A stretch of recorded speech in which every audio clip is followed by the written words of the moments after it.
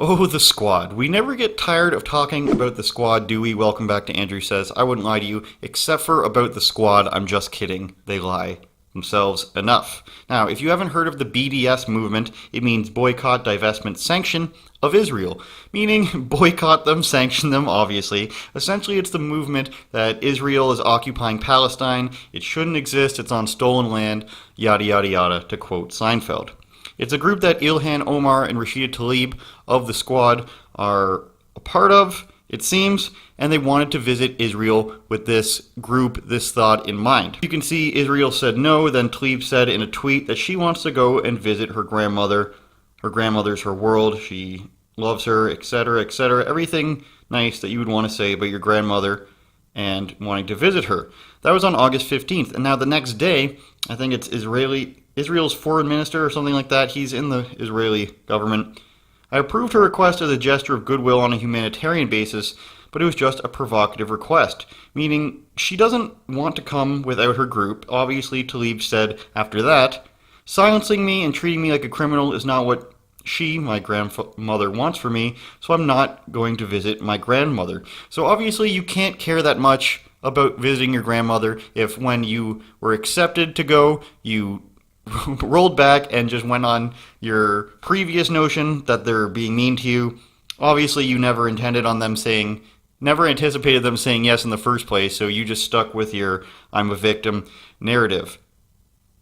Obviously she doesn't care that much, but at the same time, all Israel wanted is for her to not go and say that their country shouldn't exist. Don't come to our country and just trash talk it. You can come and visit your grandma if you'd like, but don't just come and trash us. Now keep in mind that Omar and Tlaib could have gone to Israel a week prior along with 51 members of Congress, but declined to do so. We know Donald Trump would love nothing more than to use this issue to pit Muslims and Jewish Americans against each other. The Muslim community and the Jewish community are being othered and made into the boogeyman by this administration. That, of course, is my girl, Ilhan Omar, making completely unrelated statements and attempting to play the victim. Now, why would a country want you to come and say that they don't have a right to exist? Just think about that for a second. Yes, they're members of the U.S. government, and they should have the right to come there because they give them so much money. Does Israel help them? Are they a good ally? Of course, yes, at the same time. But they could have gone, but instead they just wanted to focus on themselves, make it all about them, have their own trip, say what they wanted with their own crazy group. And they could have gone, but they wanted the spotlight all to themselves, and they wanted this story.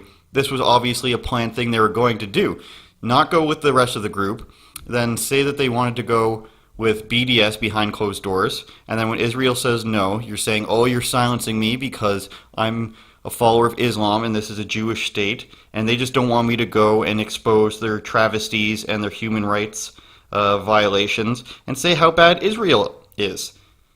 But they can never actually just be honest about these issues. I don't know who they're fooling at this point. When you say, I want to go because of my grandmother, and then they say, okay, you can come to visit your grandmother, and then you're just like, no, this is wrong. Sounds like Aaron Cartman. It's wrong. I don't know who they're fooling with this. They can never actually just be honest about these issues. They have to play little games. Now, here's a good example of this. This guy shared a tweet about Palestine. Palestinian Authority bans LGBT activities in the West Bank.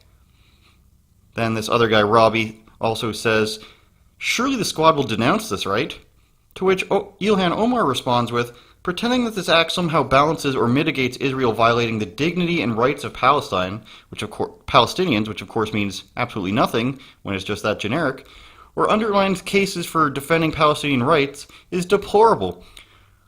Forgotten here, of course, is that nobody mentioned Israel in the strain of tweets. You had the guy mentioning the story, you had the person quoting the story and asking for the squad to reply, and then she just goes to, oh, you must be trying to distract from the problem.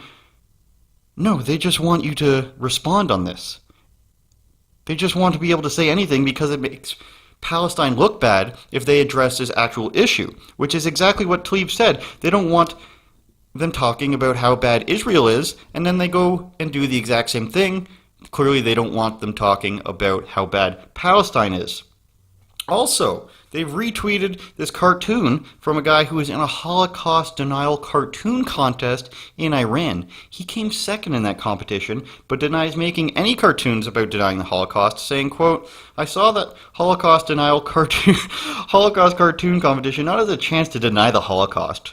Why would anyone join a Holocaust denial cartoon contest to deny the Holocaust, you guys? That's just insane. I did it to promote my recipes." But not as a chance to deny the Holocaust, but to expose the suffering of Palestinians living under Israeli apartheid. I dare anyone to show a single cartoon of mine denying the Holocaust. These allegations are vile, dishonest, and come always from the same source. Supporters of inhumane treatment given by Israel to Palestinians in the occupied territories. So he pretty much just, says, you can't see my cards. Here's my cards, by the way. So what was his cartoon? What was his entry into this competition? Well, obviously it was, a picture of a rose field or a pigeon or dove carrying a letter in World War II. Oh no. Oh, just what appears to be a Palestinian dressed in a Jewish concentration camp uniform from Nazi Germany. No problem there, right, you guys? Completely vindicated from that.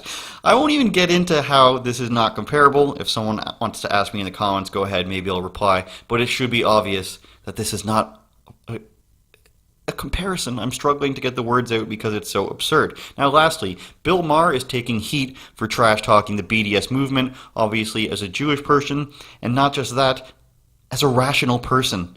He doesn't agree with the fact that this makes any sense, especially when it comes to the fact that if you want to be in the Democrats, you have to denounce Israel. At least in the new Democratic Party, the communist wing of the Democratic Party. Now, I only agree with Bill Maher about 20% of the time, usually on religion and on political correctness, PC culture. I have usually been aligned with him on those topics.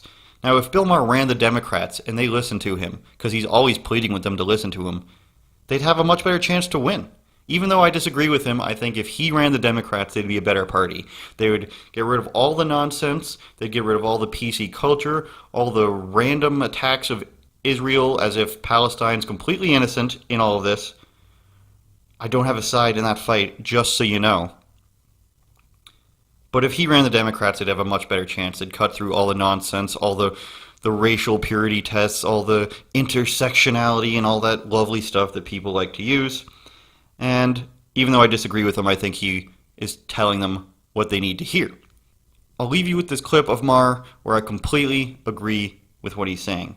And that somehow supporting Palestine became mandatory in leftist circles. Even though they are anti-gay, anti-LGBT, as we saw, they don't allow gatherings.